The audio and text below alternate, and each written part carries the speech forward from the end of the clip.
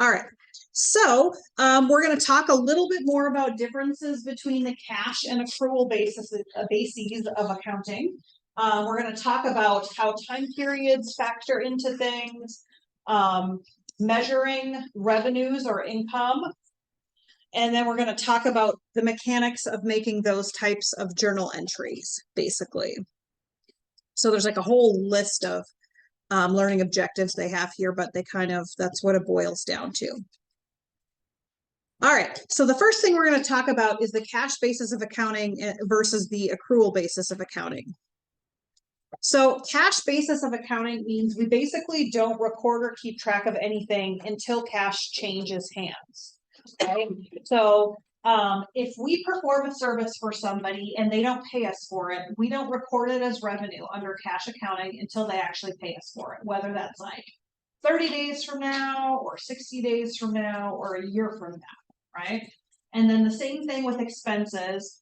It doesn't matter when we use things up or what things we might owe to other people because they have provided either services or products to us. We don't record it until we pay them for it, right?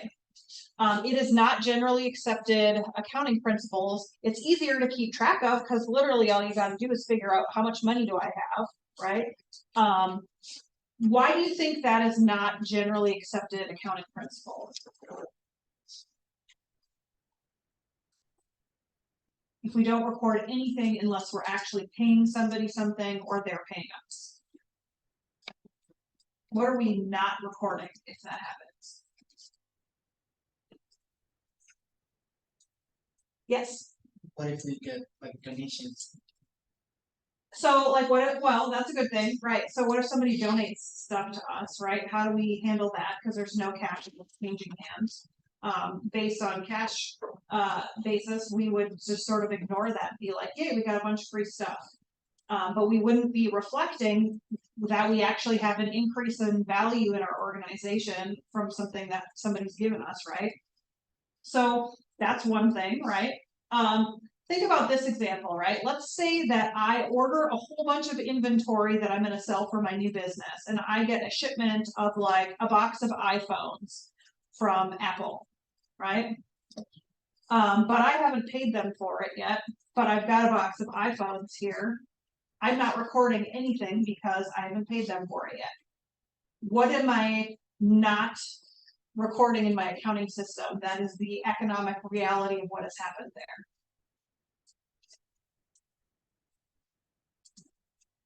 So I have possession of big, yes. Would it not be fraud?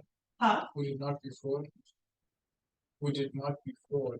Oh, fraud? Well, not necessarily fraud. I mean, I plan to pay them for it. I just am not recording in my financials. Yeah. It's a liability. Yeah, it's a liability. I owe them money. Like, and I'm not recording the stuff that I have. So I don't show that I own any inventory if I don't record it until cash is paid. And I'm also not showing that I owe them any money that I have to pay them later on. So like if somebody looks at my financial statements, it doesn't look like I have anything, right? And by the same token, it looks like I don't owe anything, which just isn't accurate, right? That's like saying I don't owe a bill for my utilities on my house because I haven't paid it, right? So under the accrual basis of accounting, we actually do track all of those economic realities, regardless of whether we've exchanged cash for it or not. So when Apple sends me that box of iPhones, I record that I now own inventory. And I also record that I owe them money for that inventory. So I have an accounts payable to them for that inventory that I purchased. Same thing if I perform services for a customer and they haven't paid me yet, I actually would recognize revenue under the accrual basis of accounting because my expectation is that I'm not working for free, right? If I send that bill to the client expecting them to pay me for something, then I'm fully expecting that they're going to pay me for it, right? Like I don't work for free. Nobody here wants to work for free. So we're not going to just like do work for clients and not expect to get paid for it, right? So we want to show, hey, I did something that generated an economic benefit for me. Mainly, they now owe me money. And then I want to record that they owe me money. So we record our revenues when we earn them, even if we're not paid for them yet, as long as there's an expectation that we will be paid for them, right? So one thing, like we can't record a revenue if just because we did something, there has to be an expectation that we're actually going to be paid for it, right? So if I go out and volunteer my accounting services to a nonprofit, I'm not recording revenue because I know I'm not being paid for it. That's the agreement that I'm working for them for free. So no revenue has been generated in that case, unless I'm working for them professionally and they're agreeing to pay me for it, right? So difference between volunteering and working for somebody where you expect to be paid. All right, so accrual basis is generally accepted accounting principles, also known as GAAP. It is used by most businesses, at least to some degree. Most businesses have at least payables and receivables to reflect bills that are going in and out. Most businesses will have some loans, like they'll buy some equipment that they'll owe a bank for, or they'll purchase a building that they'll be paying for over time. So then they would record the full value of the building, and then they would have a note payable for whatever mortgage that they're paying off. So that's the big difference between cash and accrual. All right, so looking here is is an example showing what is going to happen under these two situations. All right, so we've got Smart Touch Learning, so an educational company. Their name came up in the last chapter too. They paid $1,200 for insurance for the next 6 months. Now, under the cash basis of accounting, I paid out $1,200 for insurance, so I'm expensing $1,200 worth of insurance all at the same time when I wrote the check. Under the accrual basis, what would happen is I would make that payment, but then I would record it as what's called a prepaid to reflect that not only am I paying for some insurance now, but this has value for me for the next 6 months. And so I don't want to expense it all today because it doesn't reflect that I'm actually have value here beyond just this month, right? So instead, what they do is each month they expense the portion that relates to that month. So if we had $1,200 and it's good for 6 months, then we would expense $200 per month for 6 months until we had expensed the entire thing. And so that creates a need for us to have some way of tracking how much have we prepaid and how much of it do we have left. So we'd actually have an asset account sitting in our current assets called prepaid insurance that would start out with a balance of $1,200, and then each month we would record a journal entry where we would expense $200 of it, take it out of the prepaid, and then put it into our expense account a little bit at a time throughout until the prepaid is gone and the whole $1,200 has been used up. All right. And so that's a really common type of adjusting journal entry that we might see a business making on a monthly basis as they're doing their financial statements. All right, so here we've got the same company, only in this case, they received $600 for services that they are going to be performing over the next 6 months, right? So again, cash basis, we received it on April 30th. We're going to show it as revenue on April 30th, all of it for the, and then we're going to show no revenue for all of these other subsequent months, okay? And then on the accrual basis, we would record unearned revenue, which actually ends up being a liability account because we owe either services or a refund until we have completed that earnings process and performed the services that we agreed to perform for that client. So we record a deferred revenue on April 30th, and then each month we record $100 worth of revenues by moving it out of unearned revenue into earned revenue, which is a revenue account that's on our income statement. So we can see here, looking at these two slides, we've got kind of a problem developing, right? Because we've generated revenues in April. We recorded this expense in May. They both relate to revenues that are going to be earned in May through October, and they both relate to expenses that are going to be used up in May through October, but we don't show any income.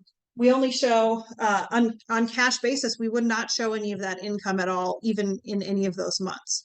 So it makes it so that the revenues and the expenses aren't lining up, and we can't actually see how we're operating in a current month if we're just doing it based on cash flow. And some of that cash flow doesn't align with the timing of when we are generating or using up resources.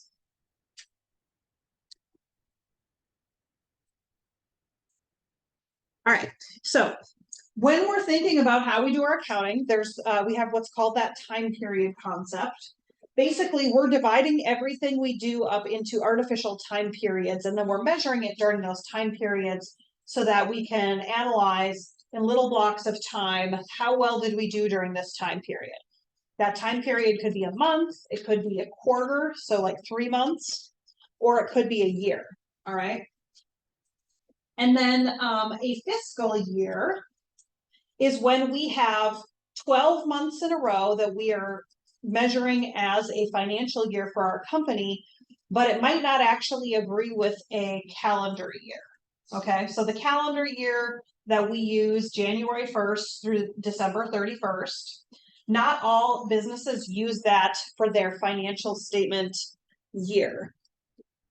So thinking about like a lot of state and city governments use June 30th as their year end. And a lot of nonprofits also use June 30th as their year end. Retail companies frequently have year ends that are either like during the summer or like January 31st or like early February. And the reason that they might choose a year that is different from the calendar year is because it allows them to just divide up when their busy season is more effectively. So like they're doing their cutoff not right in the middle of their busy season. So you think like Target Corporation, when do you think is busy season for Target? Christmas time, right? So there's actually a couple super big times for certain retailers. Like Christmas time is huge, basically mid-October through December 31st is really big. Also back to school is another massive spending time for people. So in the US that would be basically July 1st through potentially early September. So then they move right into Christmas busy season, right? So they have a really long second half of the year, and they tend to be lighter in the springtime. Operationally for Target, what happens like right around December 31st in their world? So like after Christmas. What's something that lots of people like to get for Christmas or holiday gifts?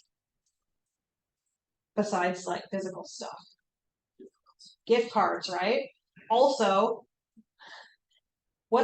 people tend, maybe you get you might have a relative that gives like really rotten gifts, and you get like the world's ugliest socks or something, so you might bring those back. So returns are another thing, or maybe you break things. So returns and gift cards are another big operational point in retail, and those kind of continue into January, right? And so Target's year end is generally going to be like right around February 1st, with give or take a couple days, because they want to make sure that the returns and a bunch of those gift cards that are related to activities in December and fall have a chance to flow through the system before they have their fiscal year end, because they don't want that stuff to go on the next fiscal year and be compared with income that's like 9 months after that. So they use what's called a 52, 53 week year, where they number the weeks in a year, and then on leap years there's 53 weeks. Or every fourth year they add an additional weekend, and that way they can compare like week 1 of this fiscal year to week 2 of that fiscal year, week 2, etc. And hotels and hospitality organizations frequently do that also. And the reason they do it that way instead of just being like, well, why don't they start on February 1st? Because February 1st might be like a Wednesday one year and might be a Saturday a few years later. So that allows them to consistently go from like Monday through Sunday, measuring every single week, every year in their financial statements by doing the 52, 53 week. And you generally only see that in larger companies where they're really doing a lot of financial analysis. Okay, so how do we recognize revenue? All right, so there's a 5-step process. Basically, there's just some key points that we need to address to determine if we have actually generated revenue. So first, there has to be an identification of some kind of contract or agreement with the customer, right? So an agreement between 2 or more parties, so it can't be like within your business, that is legally enforceable by one party or the other, right? So if I give you money, you are required to give me the money back or give me stuff or services equivalent to the money, right? You can't just be like, you gifted me that money, right? So gifts, not a contract. Spending money or making a prepayment by somebody is a contract. Also, it doesn't necessarily have to be an exchange of cash to be a contract. It could be an exchange of goods, or it could be a agreement to give up a certain right that you may have. So like an agreement, like you might pay me money and then I agree not to do something that I otherwise would have had a legal right to do, right? So like a non-compete agreement or something. So some kind of contract or agreement. You have to know what are the performance obligations of either side, right? So in a typical sale, the most simple example is I agree to give you something and you agree to pay me for it, right? Those are the performance obligations. So that's mostly what we'll be seeing as far as generating revenue here will be that you either give me cash or you give me a promise to pay me cash. And as the 2 parts, or as a payment side, and then it could be either for goods or services. Now, step 3, you do have to agree on a price, right? So everybody has to be in agreement on what the value is and what the amount of the payment will be. If there is not an agreement on price or and that price could be an item, it doesn't necessarily have to be specified in dollar amounts, but like I could trade you a car for something, right? Maybe an upgraded car. Maybe I give you a cheap car and $5,000 in exchange for a more expensive car. But the agreement is set in stone as to exactly what will be exchanged between the 2 parties, right? And then if there's more than one thing that you have to do on the performance side as a company, then you have to be able to figure out what the estimated value is for each part of your part of the performance. So let's say that I'm Best Buy and I'm selling somebody a phone that also has an insurance plan on it. There's 2 separate performance obligations there. The delivery of the actual physical phone and then the delivery of the service plan, which will be over a certain amount of time. So there might be timing differences in how we would record the revenue when the revenue would be earned for delivering the phone, which I'm probably handing to the customer or mailing to them, as opposed to if there's like a year-long service or insurance plan, right? And then when you do that, you'd say, okay, well, $900, $800 of it was the value of the phone and $100 of it was the value of the service plan. All right, so then the last part is once you've figured out there's a contract agreement, you know what the performance obligations are, you know what the value is, you know how people have to pay. Then you actually recognize it by making a journal entry. So in that sales example, where we've got a phone and a service plan, I would immediately record sales for the phone as soon as I hand the phone over. And then the service plan would probably get recorded similar to how we looked at that last example where we performed services. So we divided the price up over the period of time that it was going to be covering.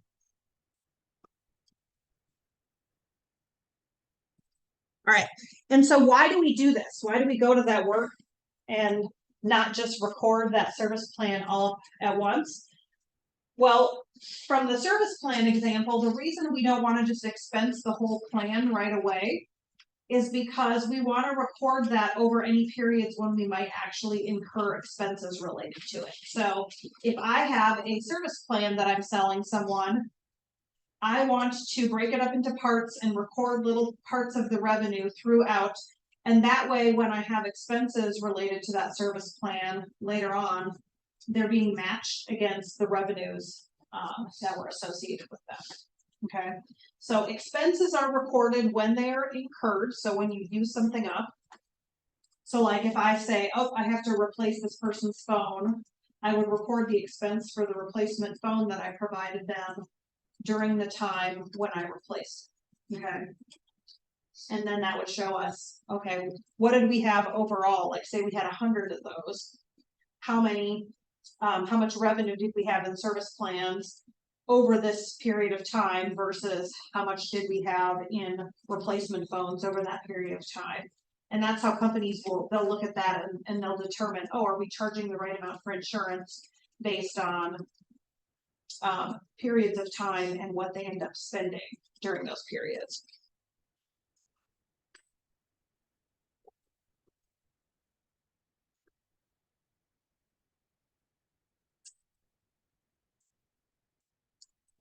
Okay, so for the next section, we're going to talk about what are some of the reasons that we might make adjusting entries, right? So there's a couple different kinds of adjusting entries we're going to talk about. The first thing we're going to talk about is what's called a deferral. All right. So the two different kinds of entries in general that we're going to be talking about in this chapter are deferrals and accruals. And in general, the difference between those two is when cash changes hands most of the time. All right. So most of the time with a deferral, the cash happens before the activity. All right. For a deferral. Now, with an accrual, typically the cash part comes after the activity. So we might incur an expense that we're paying for later with an accrual. The most common thing you'll see with a deferral would be that somebody pays me for something before I actually deliver it to them. So thinking like prepayments would result in a deferral.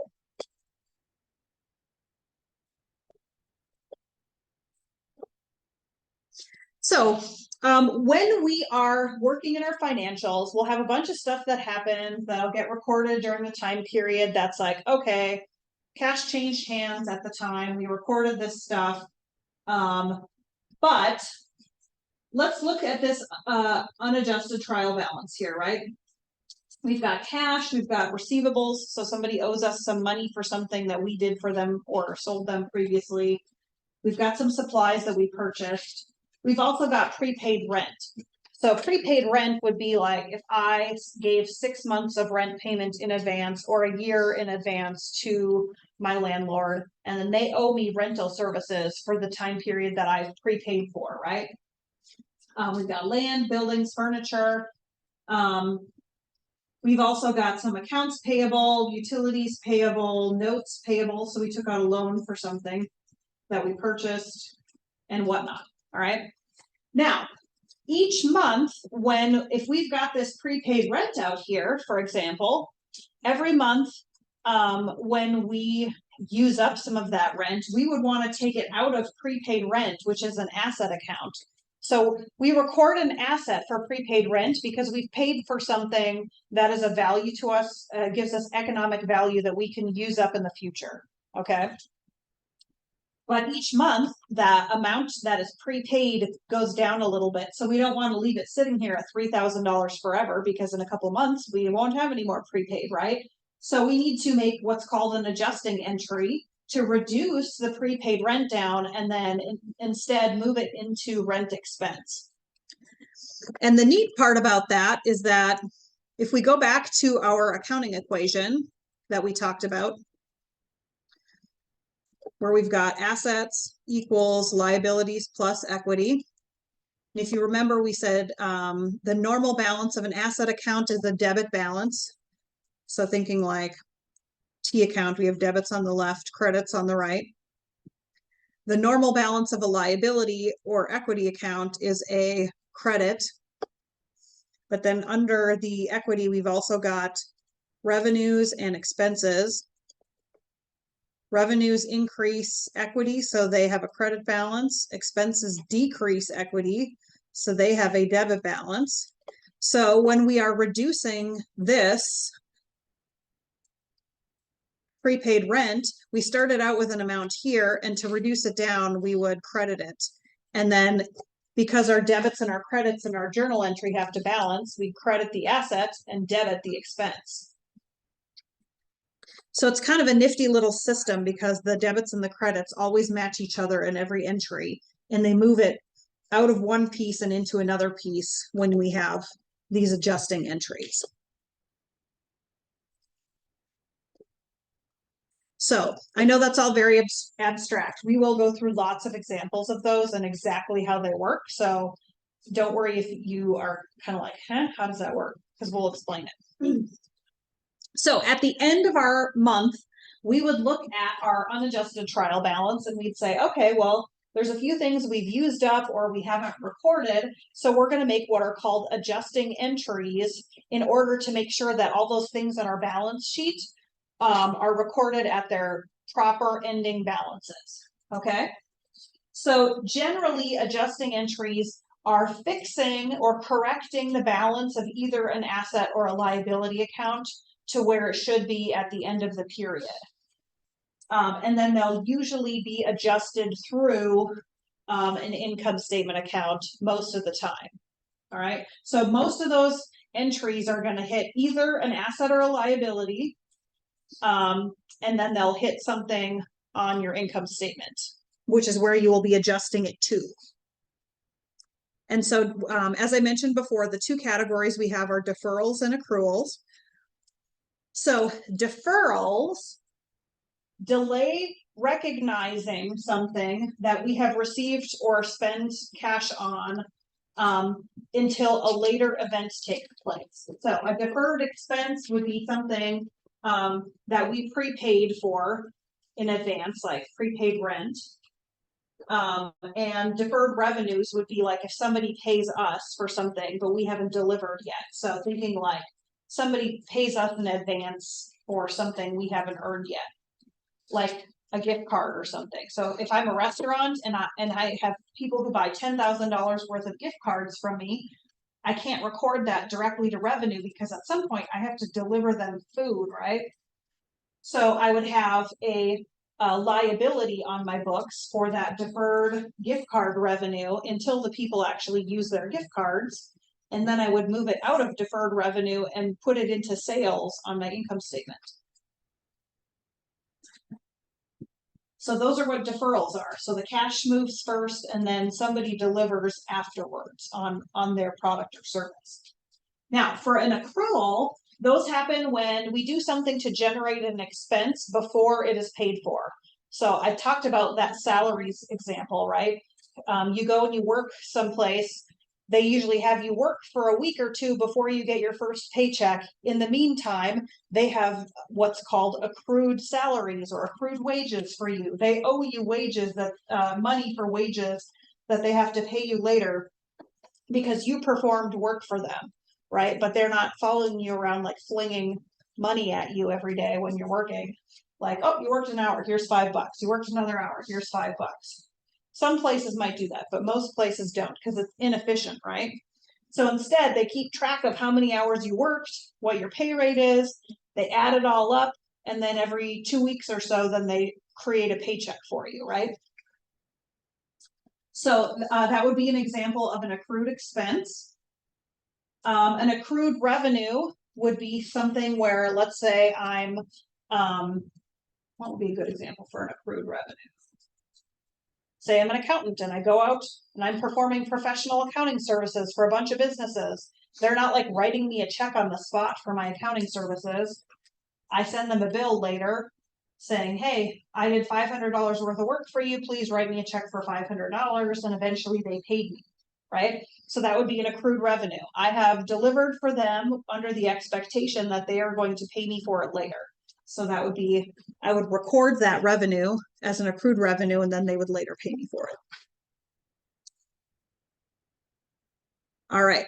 So deferred expenses are when we have advanced payment of future expenses, also called prepaids, and they sit there as typically a current asset. So a current asset means it's something that we plan to use up within 1 year or one operating cycle. So short-term, things that we expect to have a benefit from within a year, so relatively short-term.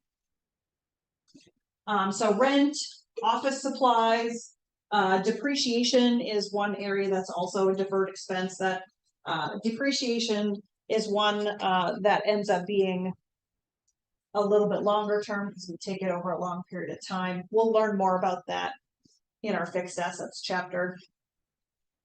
Prepaids are probably the most common example that you see there. So prepaid rent, prepaid insurance. So in order to make a journal entry to record prepaid rent, at the time we make the payment, we would debit our prepaid rent assets, and then we would credit cash for the amount of cash that we paid out, right? So in this example, we're paying this out on December 1st. For 3 months worth of rent for $1,000, $1,000 per month times 3 months for $3,000. So then, what we want to do is each month as we use that up, we are going to make an adjusting entry to reclassify $1,000 per month of rent into rent expense and out of our prepaid rent, right? So looking at, we made our initial payment on December 1st, and then at December 31st, we would want to expense the first $1,000. At January 31st, we would expense another $1,000, and then at February 1st, we would expense the final $1,000 to show that we had used up all the rent. But in the meantime, we've got this T account with $3,000 sitting in it. So each month, this is the entry that we're going to make to reflect that we're using that up. We're going to debit rent expense, and then we're going to credit prepaid rent for $1,000. And then you can see here in our T account, we would put $1,000 on the credit side for the prepaid rent account, and that would just get moved right over into our T account for our rent expense. So then each month, our rent expense total for the year is going to go up $1,000.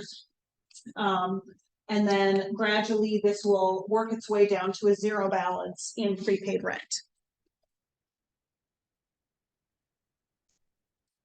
All right, now office supplies is another example that I give here. So we had originally purchased $500 worth of office supplies, but then we realized we used some of it up. So we need to adjust the actual balance in that office supplies account down to what it should be. Right? So we had used up $100 worth of supplies between November 3rd when we purchased them and the end of the year. So we're going to do, if we had, or I'm sorry, we had $100 left. We didn't use $100. So if we started with 500 and we ended up with 100 left at the end, how much did we use? 400. 400, right? So 500 minus 100 is 400. So that means that the entry that we need to make to adjust that is going to be to credit that for the $400 in order to write that balance down to what it should be. All right. So we would debit then supplies expense on our income statement accounts, and then we would credit the office supplies. And then we're just, they say to record the office supplies, use another common title you might see on there is adjust supplies inventory to actual, is a common wording you'd see on an inventory adjustment one.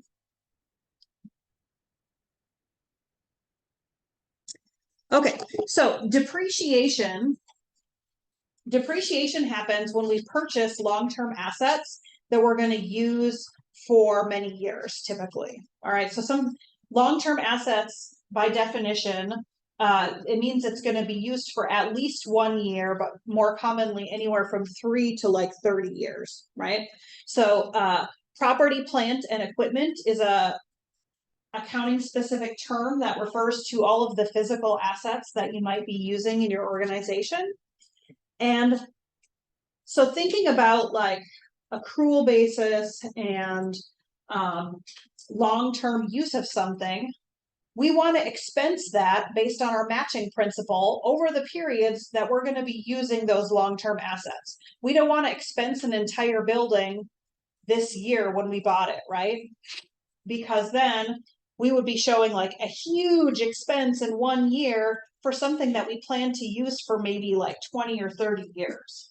So depreciation is a process where we divide up the cost of those major large assets into smaller pieces, and then we expense a portion of it during all the periods that we expect to be using it, so that we can divide up the cost of that huge asset over all of the periods when we expect it to be useful for us, right? And that gives us a better reflection of how much it actually costs us to operate over the long term. So it's kind of similar in concepts to what we do with a prepaid, right? So even though we're buying something very expensive up front, we're expensing it over the times when we expect to have benefit for it. Now, over time, what that looks like is first we're going to record the assets purchased. So here we've got some furniture. We bought $18,000 worth of furniture, and we received that from Machina Bright in exchange for some stock. So we didn't have to pay cash for it. So it's important to remember we could be exchanging other things for these besides cash. But the market value for that furniture when we got it was $18,000, or the market value for the stock, whichever one we could more easily determine a value for. So we're going to debit our furniture account, which is a long-term asset, and then we're going to credit common stock to show that that's what we paid for that furniture with. All right, and to reflect the issuance of those shares of stock. So now we have $18,000 worth of furniture. So we're going to take a really simple method here called the straight line method, and we're going to say, all right, how many years do we expect to use this furniture for? In this case, they're saying 5 years, which is a pretty common like furniture depreciation time frame. It's kind of arbitrary because, right, you could totally use your furniture longer than that, but they've got to come up with something reasonable that people aren't going to scream about. So they're like, just make it 5 years. So accounting policy, 5 years for furniture. So we're going to take that $18,000 we spent on the furniture, and we're going to say, okay, how much do we think this furniture will be worth at the end of the 5 years? And we're just going to say probably nothing. Maybe we're just going to be like, we're going to use the heck out of this furniture. It's going to be beat up. Maybe some of it will be broken. It's probably not going to have like much actual value for us. So we'll say there's going to be no value at the end. So $18,000 minus no value left over means that we're going to depreciate or expense over time the whole value of that furniture. So we're going to divide that then by the 5 years. Okay. So 18,000 divided by 5 years gives us $3,600 per year that we want to expense for that. And if we divide that into monthly periods, so we can adjust our finances each month, then that's $300 per month that we're going to record for depreciation expense for that furniture every month for 5 years. Now, what we do then is we're going to record our monthly entry for $300. $300 gets expensed to depreciation expense furniture, okay? Or if you don't have a lot of things you're depreciating, you might just have like one bulk depreciation expense account that you're using. You're like, well, what do we do with the other side? Because we accounted for the payment for that asset that we bought at the time we bought it. So we don't want to do anything with cash or payment on this because that's happened a long time ago. What we do is we record what's called accumulated depreciation. And accumulated depreciation is a special type of account called a contra asset account, where we put an offsetting number on our financial statements to track that we're counting down to something. So, for example, if we have furniture on our balance sheet, we will have that recorded at the $18,000 that we originally paid for it under our assets. And then under furniture, we're going to have a line that says less accumulated depreciation. And so this very first month, we'll have $300 in there, which means that we will have then net fixed assets, we'll call this, of 18,000 minus 300, which is $17,700. All right. So that's what that will look like then on our balance sheet. We'll have furniture or equipment or like fixed assets in general, less accumulated depreciation equals our net fixed assets. And that amount here is what's referred to as the net book value, or the amount of remaining value we have sitting in our assets after we've recorded depreciation over time.